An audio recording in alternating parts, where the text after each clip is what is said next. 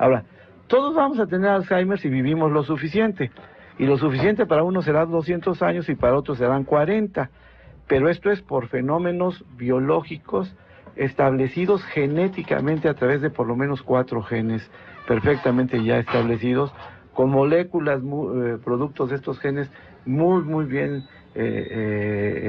previstas en su funcionamiento. La idea básica aquí es, si podemos establecer una correlación entre la presencia de estos genes o los alelos de estos genes, o sea, las variantes de estos genes en cada persona, que le dan mayor o menor riesgo de sufrir la enfermedad. No de sufrirla en forma absoluta, o sea, de riesgo nada más. Por ejemplo, hay un gene que está determinando la presencia de una lipoproteína, la lipoproteína E4. Y tiene 4 variantes, 1, 2, 3 y 4. Si uno hereda de ambos padres 2 4, pues tiene una altísima probabilidad de tener Alzheimer incluso antes de los 50 años, alrededor de los 40 años. Eso es familiar, y ese gene ya lo miden algunos genetistas y en algunos laboratorios, pero no es determinante absoluto, es decir, deben haber otros factores. Y al haber las combinaciones de 3-4 o 2-4 o 1-1, le van dando a las personas protección para tener su Alzheimer más tardíamente. De tal manera que si una persona tiene pérdida de memoria, de la memoria reciente, a la edad que sea, y podemos establecer que tiene ese factor de riesgo, pues entonces nuestro diagnóstico va a ser de una alta probabilidad de que sea un Alzheimer. En cambio, si no lo tiene, tendríamos que esperar a que se manifestaran otras alteraciones. Y como el cuadro clínico del Alzheimer es una demencia, la demencia se ha definido no solo como la pérdida de la memoria, sino además de otras funciones cognitivas, desorientación o alteraciones en el lenguaje o en el juicio o en el cálculo. Y entonces, al ir sumándose datos, pues nos vamos acercando cada vez más al diagnóstico de demencia, y de ahí al diagnóstico diferencial de Alzheimer o la demencia vascular o las demencias por priones u otras demencias, ¿no?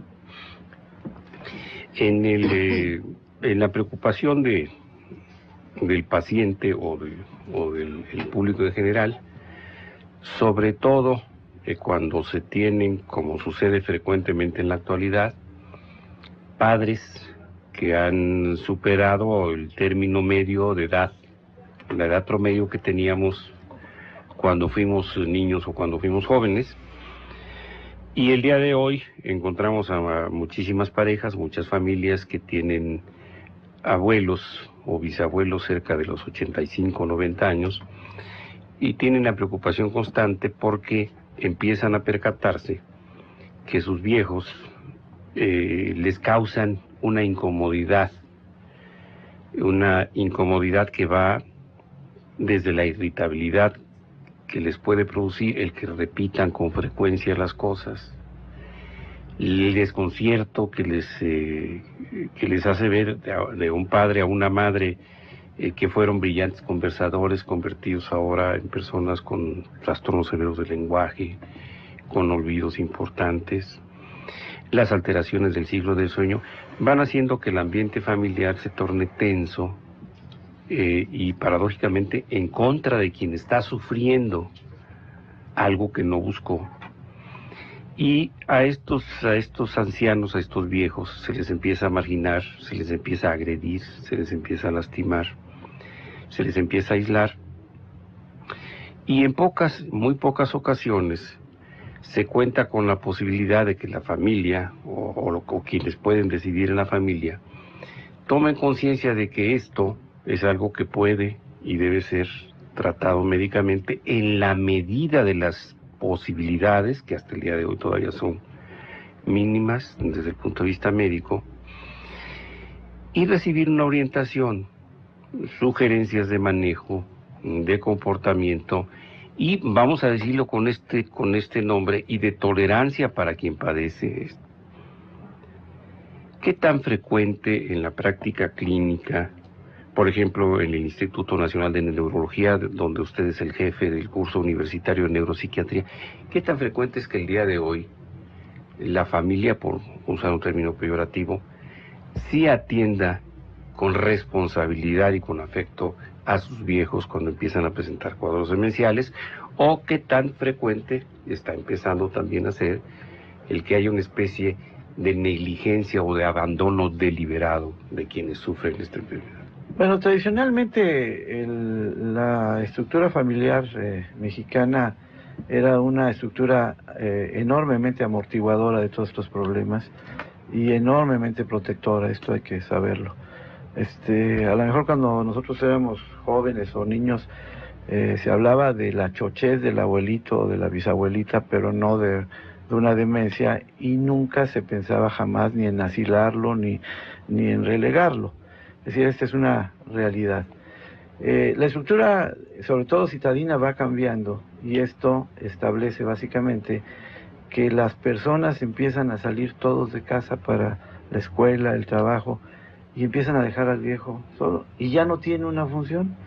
El viejo en la estructura tribal de la familia mexicana, pues tenía la función de pasar mucha información que él tiene en su memoria más remota, como lo hicieron probablemente en otras épocas.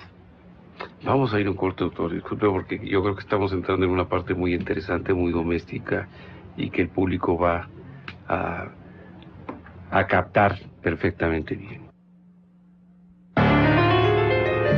Para todos nuestros amigos del interior de la República.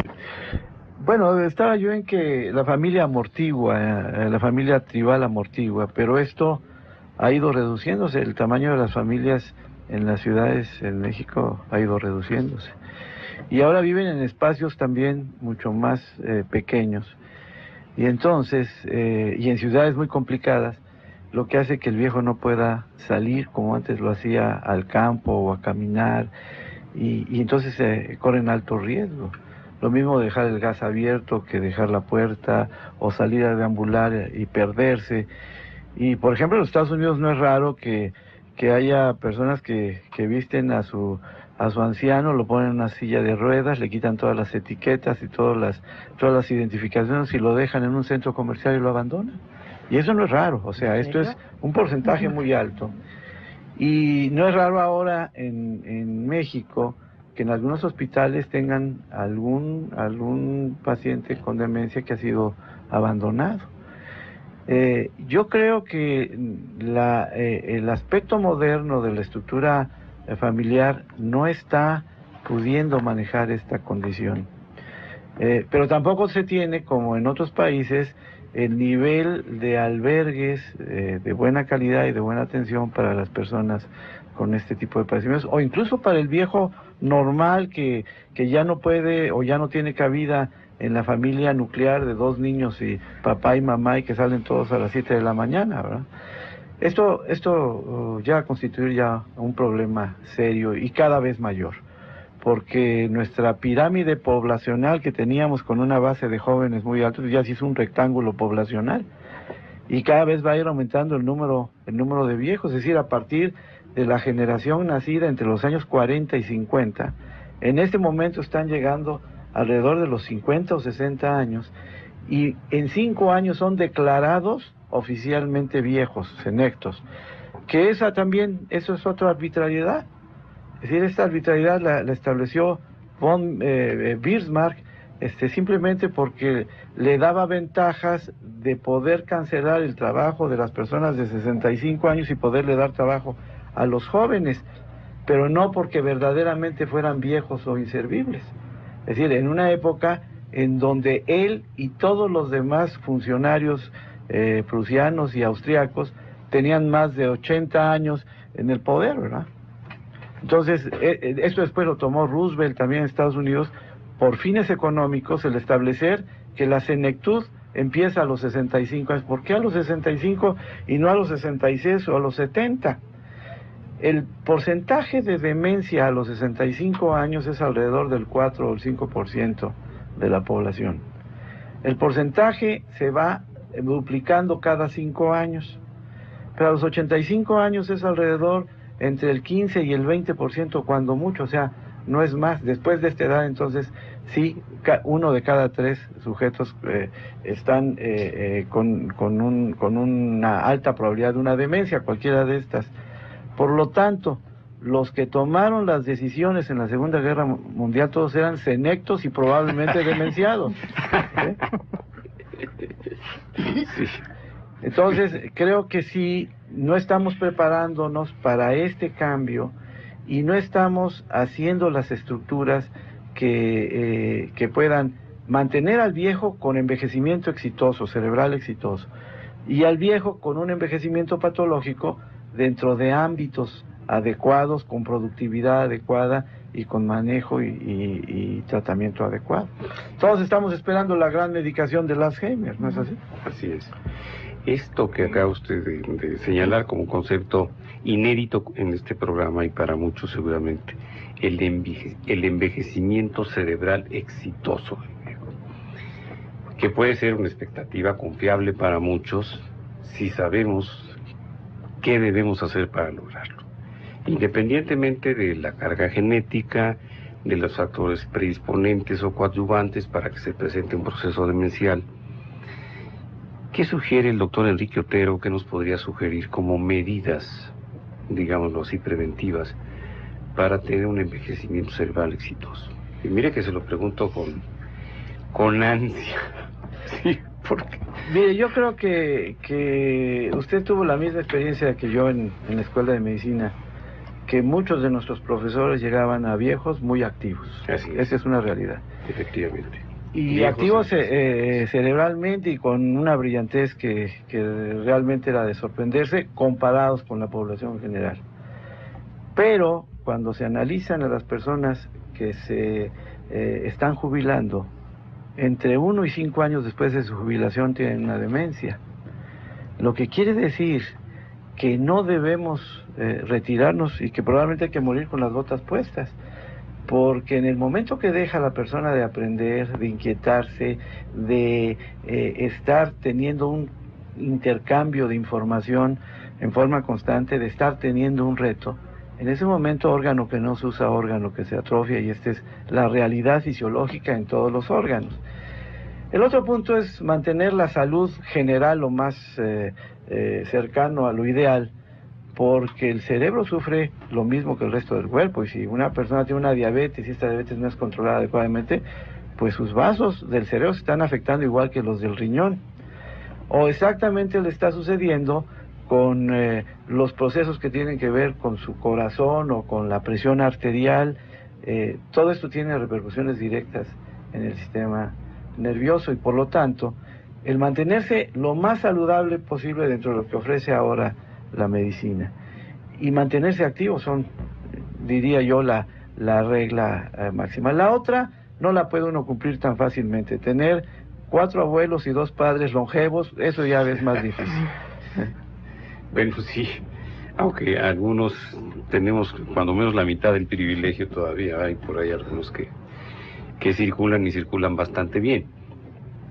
¿Qué tanto, doctor Otero, son también coadyuvantes, predisponentes o complicaciones que no contemplaba la medicina hace algunos años? Estos terribles factores que tanto alteran algunos aspectos de la salud y de la funcionalidad, como son los de la contaminación ambiental. Habemos algunos que por razones diversas tenemos una gran susceptibilidad a la contaminación, y otros, y a mí me sorprende, ayer hablábamos con taxistas, que pueden resistir todo tipo de contaminantes, además fumar, darse la oportunidad de beber, y pues no entrenar a su cerebro excepto leyendo el Esto, y sobre todo el lunes, y que lo pueden resistir de manera extraordinaria. ¿Qué tanto los factores que disminuyen la oxigenación en términos generales y la oxigenación cerebral en particular están afectando también esta calidad del mantenimiento que podían tener un cerebro como los que apreciamos, y lo decía usted, en nuestros maestros de hace 30 años? Sí, mire, los únicos datos que tenemos así fehacientes son, como usted sabe, el Alzheimer está caracterizado a nivel microscópico por la presencia de sufrir la enfermedad, no de sufrirla en forma absoluta, o sea, de riesgo nada más. Por ejemplo, hay un gene que está determinando la presencia de una lipoproteína, la lipoproteína E4. Y tiene 4 variantes, 1, 2, 3, deben haber otros factores. Y al haber las combinaciones de 3, 4 o 2, 4 o 1, 1, le van dando a las personas protección para tener su Alzheimer más tardíamente. De tal manera que si una persona tiene pérdidas muy bien previstas en su funcionamiento. La idea básica aquí es, si podemos establecer una correlación entre la presencia de estos genes o los alelos de estos genes, o sea, las variantes de estos genes en cada persona, que le dan mayor o menor riesgo. Y 4, si uno hereda de ambos padres 2 4, pues tiene una altísima probabilidad de tener Alzheimer incluso antes de los 50 años, alrededor de los 40 años. Eso es familiar, y ese gene ya lo miden algunos genetistas y en algunos laboratorios, pero no es determinante absoluto. Ahora, todos vamos a tener Alzheimer si vivimos lo suficiente, y lo suficiente para unos serán 200 años y para otros serán 40, pero esto es por fenómenos biológicos establecidos genéticamente a través de por lo menos 4 genes perfectamente ya establecidos, con moléculas productos de estos genes.